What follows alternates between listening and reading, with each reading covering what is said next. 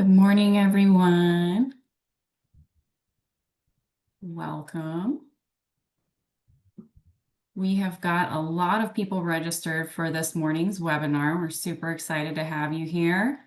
And I'm just going to give it some time for everyone to start connecting. I know our technology takes a minute for folks to load in. And thank you all for being here.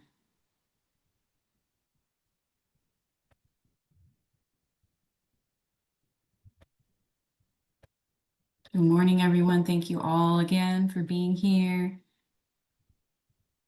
We've got a lot of folks registered, so I'm just going to give it some time before we get started. We'll get started maybe in a couple more minutes.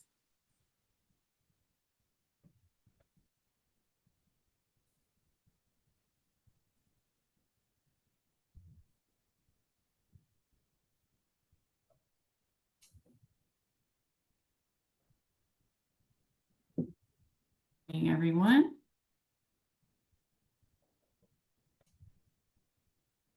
We're just going to slowly give folks time to connect and load in. Thank you all for being here.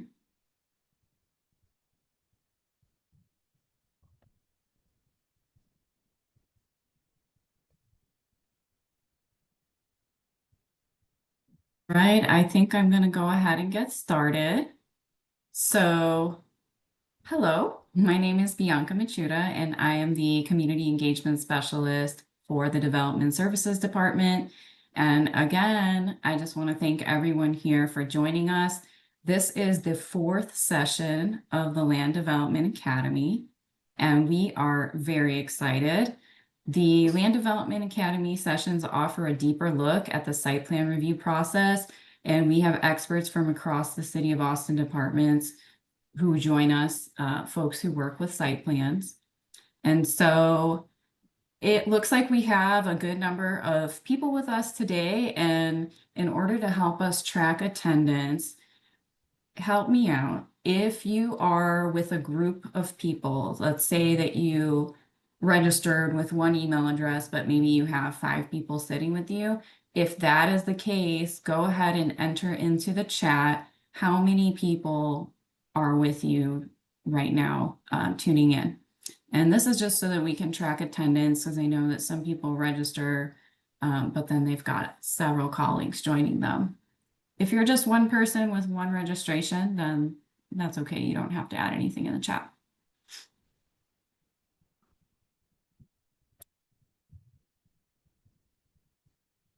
All right, so we'll go to the next slide, and I want to talk about our engagement format for today. So we have 1 hour set aside for today's program, and we're going to start with a presentation and close with a question and answer session. And questions can be posted to the Q&A bank by selecting that option at the bottom of your screen. And you can do that throughout the presentation, or the questions can be asked in person at the end of the session by using the raised hand function, which is also at the bottom of your screen. So if you're having any issues with either of those functions, you can feel free to chat one of the meeting hosts, and we can troubleshoot any issues that you might be experiencing. And while we hope to be able to answer all of your questions, if there are any that we don't have the information for, we can post a follow-up response. There will be a written question and answer summary that gets sent out to all of the attendees. Ask you to be patient. It does take us time to write that up. And I'd also like to note that today's meeting will be recorded. It's being recorded now. So you will all receive a link to the presentation and the recording later on. Again, ask for your patience. It sometimes takes time, but that will be posted. And that's everything I have to get us started today. And I'm going to go ahead and hand it over to Mike McDougall, who is going to kick off today's presentation. Thank you. Good morning. My name is Mike McDougall, Environmental Policy Program Manager in DSD, and here is my contact information, 512-974-6380. And of course, the email pattern at the City of Austin is typically my, first name dot last name. So mike.mcdougall@austintexas.gov. So we'll cover 9 topics today. First one, what is a watershed? The second, the purpose of environmental regulations and the consequences of land development. Number 3, erosion and sedimentation control. Number 4, grading limits. Number 5, construction on slopes. Number 6, natural character. Number 7, pollution and creek construction setbacks. Number 8, watershed impervious cover limits. And number 9, landscape requirements. So to start off, what is a watershed? Well, the definition is a watershed is an area of land that channels rainfall and surface water runoff into a common body of water.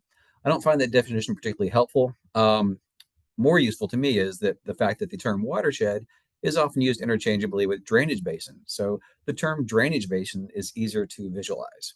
So to give an example, so this shaded area, when rain falls in this shaded area, it'll drain to Waller Creek. So that is the Waller Creek watershed.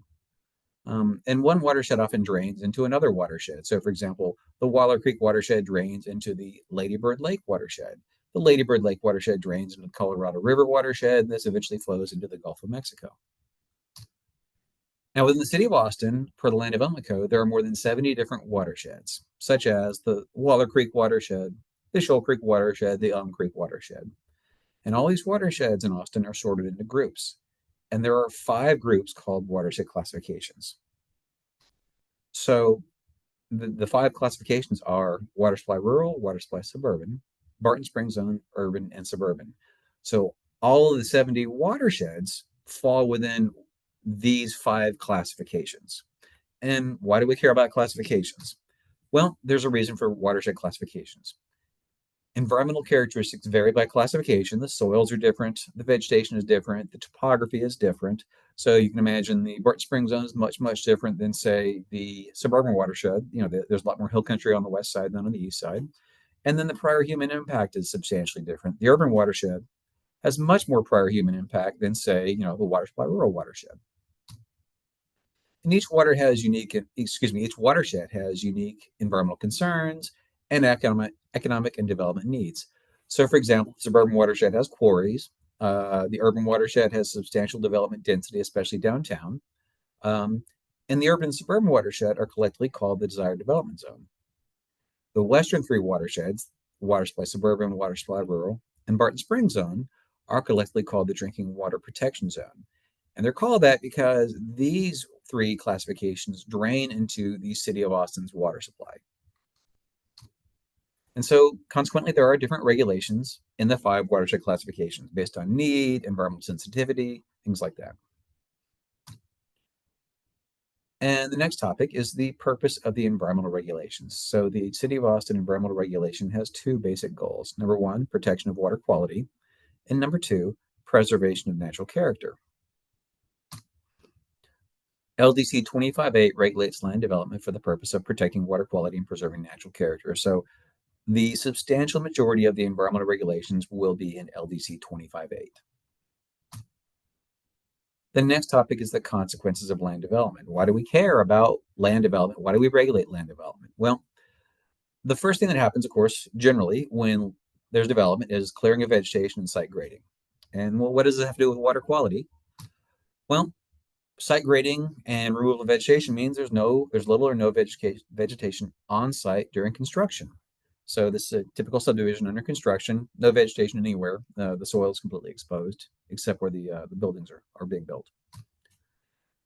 The concern is that without vegetation, rain can wash large amounts of soil from construction sites into waterways. The vegetation keeps the soil in place. The soil is removed and it rains. The soil washes into waterways, and the waterways can look like this image.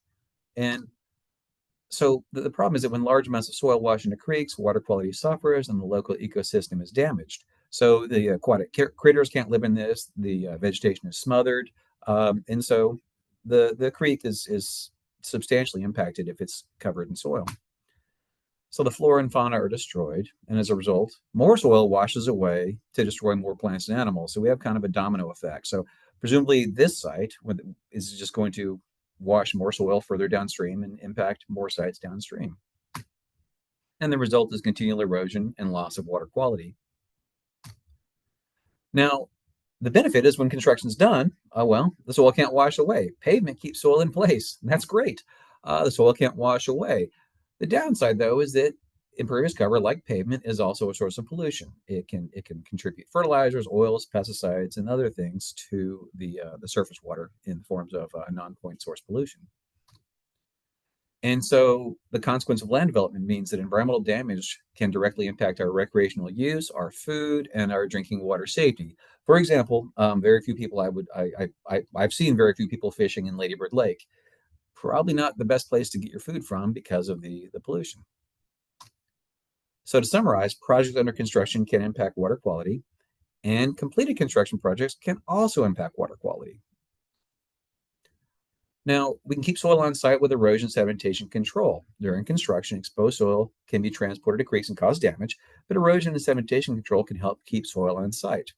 And this image shows silt fence, and silt fence is one type of erosion sedimentation control. The idea is that if it rains, well, the silt fence will keep the surface water dammed up and the sediment dammed up, and so the soil won't wash off into the creeks. And of course, large construction sites and bigger piles of dirt require more erosion control. So the bigger the limit of construction, the more piles of dirt, the more silt fence we need to hold it back and keep it from washing off during construction. Now, sometimes the construction is so large that the erosion control becomes ineffective. Big piles of dirt and large areas of disturbance can't really be held back by silt fence. And this image is just showing where the silt fence failed for one reason or another. Almost certainly it was just not enough silt fence and too much soil disturbance all at once, or maybe too much rain. And of course, a big pile of dirt can't be held back. So this image shows a pretty good sized pile of dirt. Silt fence can't hold this back. And so one solution to keep the soil on site is to limit how much grading is allowed. And so the Land Development Code does limit grading, and grading has two components, cut and fill. LDC 258341 and 342 generally limit grading to 4 feet of cut and 4 feet of fill. 341 is the cut regulations, and 342 are the fill regulations. And there are a number of exceptions to the 4-foot grading limit. So, for example, cut is not limited for swimming pool construction. We need our swimming pools deeper than 4 feet deep. So if somebody wants to cut or grade more than 4 feet deep for the swimming pool, the code specifically gives an exception to that. It doesn't give an exception to the decking, the perimeter around the pool, just the actual pool itself. Another exception is in the public right-of-way, grading is not limited. Roads have to be flat and bridges need to be elevated. So the code specifically exempts that 4-foot grading limit within a public right-of-way. A second concern is construction on steep slopes. So in this image, soils would wash off these slopes very easily, and really no amount of erosion sedimentation control could reasonably keep this soil in place during construction. So steep slopes are problematic for keeping soil in place. Additionally, stabilizing the soil on steep slopes represents a challenge. When construction is done, the site's supposed to be revegetated. Well, it would be hard to establish vegetation on this site because it would probably just wash off pretty quickly.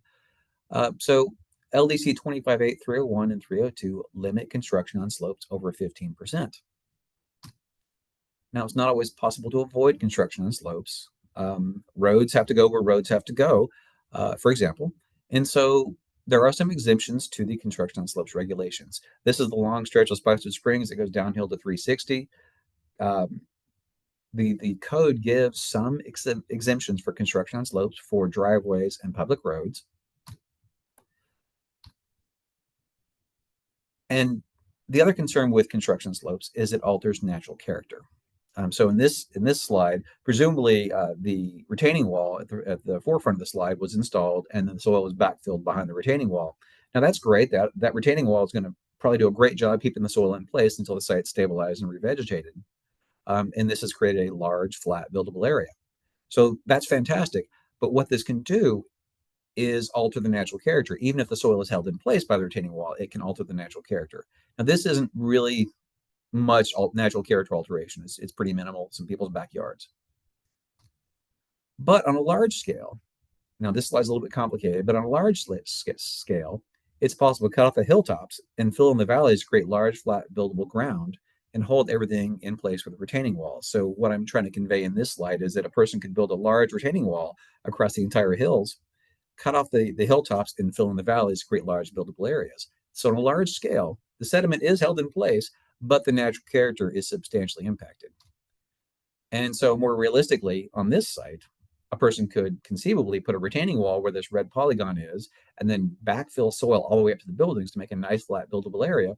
You keep the soil in place, so the construction on slopes concern is not such a problem, but we do affect the natural character. And so, if we have retaining walls and large amounts of grading throughout the hill country, we ruin the hill country, and the hill country would become high plains. Now, this might sound a little, maybe perhaps like something like an exaggeration, like, oh, that couldn't happen. We couldn't grade that much. Well, this is a site outside the city of Austin, off of 71, and that sign in the distance is about 7 feet tall. And so this just shows, how much retaining walls can be built, how much grading can be done. And so the goal of construction slopes is to keep soil in place, but also to avoid turning the hills and the high plain, to avoid turning the hills into high plains predominated by retaining walls. And so it's important to build with the land to preserve the natural character. More specifically in Austin, it has been done. Barton Creek Mall is a great idea of not building with the land. So this was a hill. Presumably, if construction slopes had been in effect when this site was built, this hill would still be here. But instead, it was graded flat to create a huge flat buildable area. And so construction on slopes and grading limits are intended to keep soil in place, but also to preserve the natural character. Another concern of development is that pollution builds up in impervious cover, and rain washes pollution into the creeks. And of course, this negatively impacts water quality, flora, and fauna. And so it's important to keep space between developed areas and creeks. And so why is it important? Well, wetland plants and riparian plants can intercept runoff and help filter out pollution. And of course, the wetland plants and the riparian plants grow adjacent to the creeks. So it's important to preserve and restore wetlands and riparian areas because these areas can play a significant role in managing adverse water quality impacts. Wetlands, including depressional wetlands and riparian areas, help decrease the need for costly stormwater and flood protection facilities. So by keeping these plants in place, we get free water quality treatment and also some flood mitigation. And so consequently, the city has construction setbacks along some creeks to preserve these wetland plants. And so wetlands and riparian areas typically occur as natural buffers between uplands and adjacent bodies of water. And so the city of Austin limits development on all creeks with at least 64 acres of drainage. And that can be kind of a confusing concept, but if you think about, all creeks have a certain square footage of land draining to them.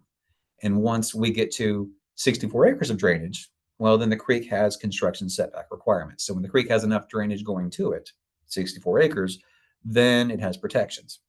And the development limitations can be 50 to 700 feet wide on each side of the creek. It depends on how big the creek is, what watershed classification it's in as well. And so waterways with at least 64 acres of drainage have a construction setback called the critical water quality zone. And development in the critical water quality zone is very limited. And this is an image from City of Austin property profile, just showing the creek center line and the critical water quality zone. Now, it looks like there have been some impacts in this critical water quality zone just based on the aerial. I would speculate these impacts probably predate the city's regulations that protect the critical water quality zone. There are some exceptions to construction in the critical. Obviously, utilities that across the creeks and driveways and roads have to as well. So there are some exceptions. Specifically, pipes, power lines, driveways, private streets, and public streets are allowed to cross the critical under very specific conditions and with notable design requirements. So there are critical water quality zone development regulations, but they aren't absolute 100% prohibitions because, yes, utilities have to cross creeks, roads have to cross creeks, things like that. Now, in 3 of the 5 watersheds, that is, in the western 3 watersheds, the water supply suburban, water supply rural, and Barton Springs zone, in the 3 of the 5 watersheds, there's a critical water quality zone and a water quality transition zone. So in those western 3 watersheds, if there's a critical, there's going to be a transition zone.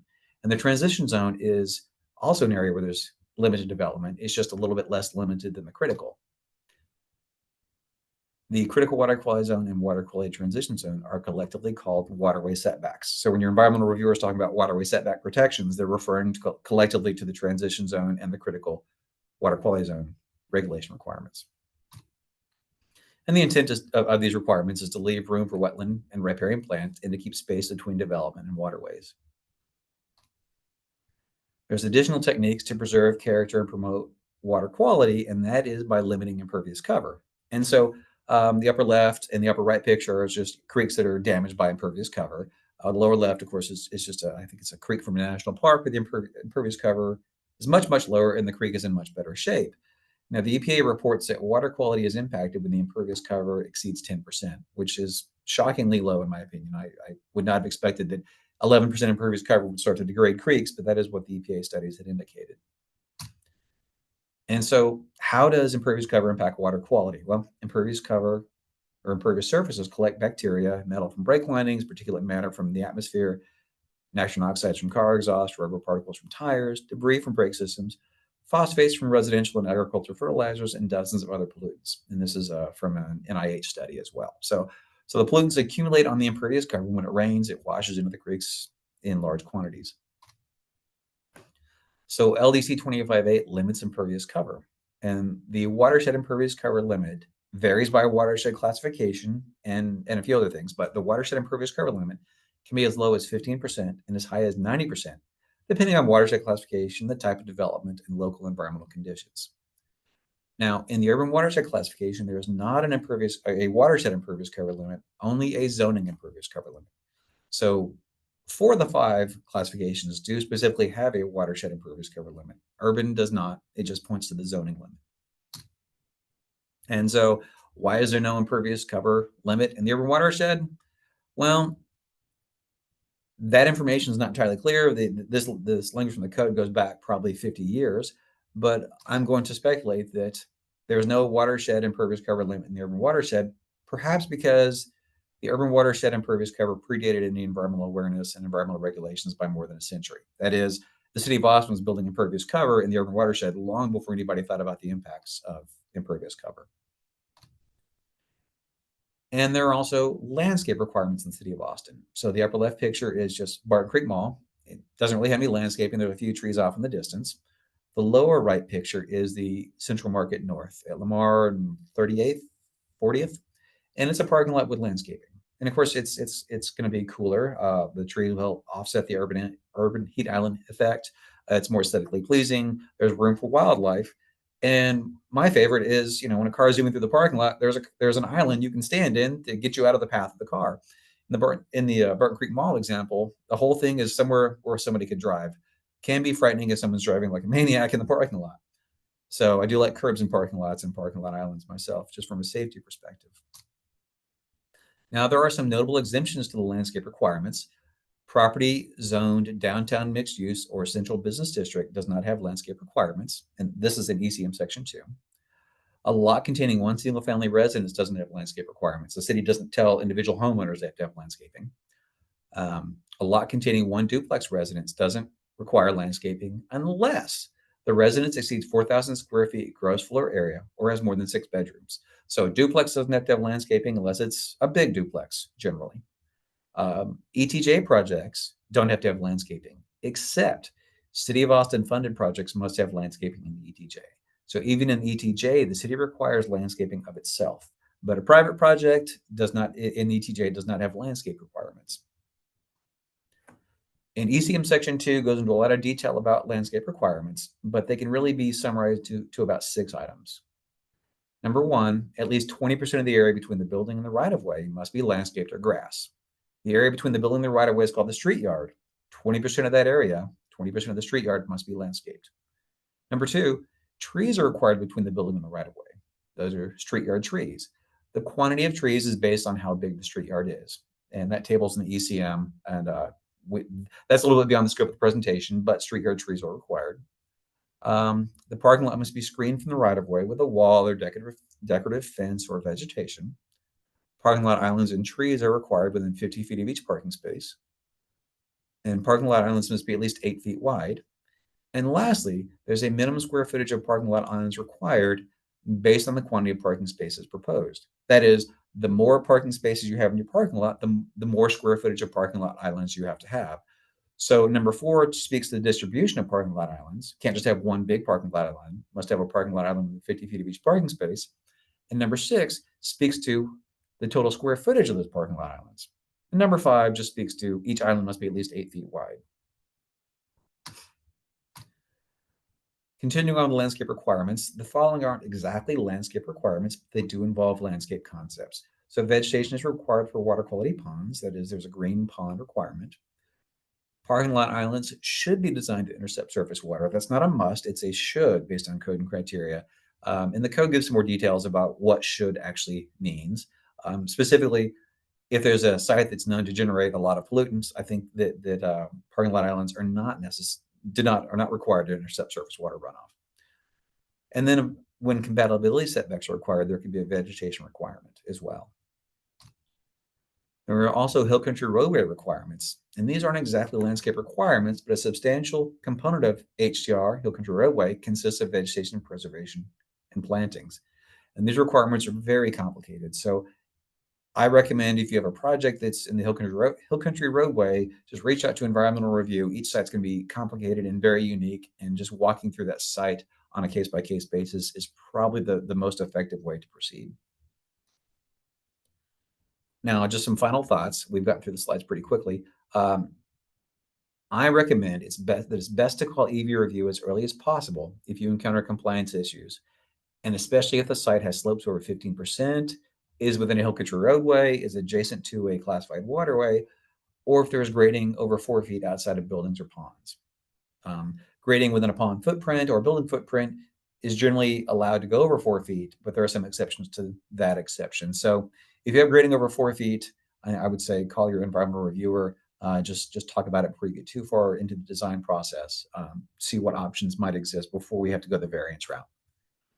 Now, LDC 25.8 also talks about CEFs and wetland plants. CEFs are critical environmental features. So to read that second paragraph, LDC 25.8, 281, and 282 limit construction adjacent to bluffs, canyon rim rocks, caves, faults and fractures, seeps, sinkholes, springs, and wetlands. Now, these are reviewed by the Watershed Protection Department, and that team is managed by John Clement. So if you have any of these items in 25.8, 281, and 282, I would certainly recommend calling Watershed and speaking with John Clement. And then this is just an image of various resources and links: the Land Development Academy website, the public meetings webpage, Muni Code, that's super helpful, LDIS access, Planning and Development Center appointments, and find your watershed information. I believe this presentation will be available this slide deck will be available after the presentation, so you don't have to try and write all these links down right now. And with that, I will ask if there are any questions. Hi, all. All right. Thank you so much, Mike. That was a wonderful presentation. I'm going to take a minute just to remind everyone today how we're going to go ahead and ask questions. So one option is that you can post a question to the Q&A bank by clicking that Q&A icon at the bottom of your screen. And I will read your question, and Mike will go ahead and answer. And the other option would be to ask your question verbally. And so if you'd like to do that, you can raise your hand by clicking the raise hand icon that's also at the bottom of your screen, and I will call your name and Zoom will prompt you to allow your account to be unmuted. And so just to make sure that we're balancing the questions in each format, I will be toggling between the two. So I'll go ahead and get us started with the Q&A. I see we have one question in our Q&A box, and it says, from Sarah, what is the difference between a bluff and rimrick terrain? That is a very good question. I unfortunately Rim rock, Rim sorry. rock. Yeah, no worries. Unfortunately, since that's looked at by John Clement's team, I don't have that information. That falls under the category of critical environmental features, and so I'm aware of bluffs and rim rocks, but unfortunately, I can't tell the difference with any reliability. So I would recommend reaching out to John Clement on that one. It's basically outside of my review discipline. Got it. So that I call that one a swing and a miss. Maybe there are other questions I can't answer with a little more competency. I'm sorry, I can't answer that one. All right, thank you. No problem. And let's see. Does anyone else have any additional questions? While we give folks time to think if they have anything else they'd like to ask, would you mind going to the next slide? Thanks. So there is a post-engagement survey. If you have a moment and you'd like to let us know your thoughts about today, our webinar, and then there's also a QR code for the Land Development Academy webpage in case you want to see what other offerings we have. And I see one more question came in from Daniela. If someone is interested in natural home building in urban center, where would those codes be found? I'm not familiar with natural home building,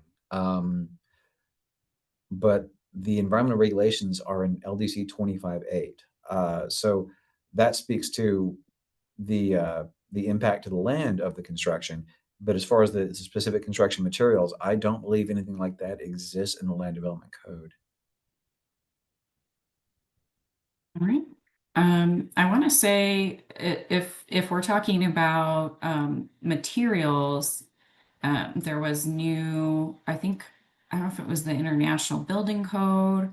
I think there was an amendment that hempcrete is going to be allowed now in Austin. So it might be a reference to that, in which case, I think in Municode, you can also look up the different codes as they apply within Austin. Any other questions?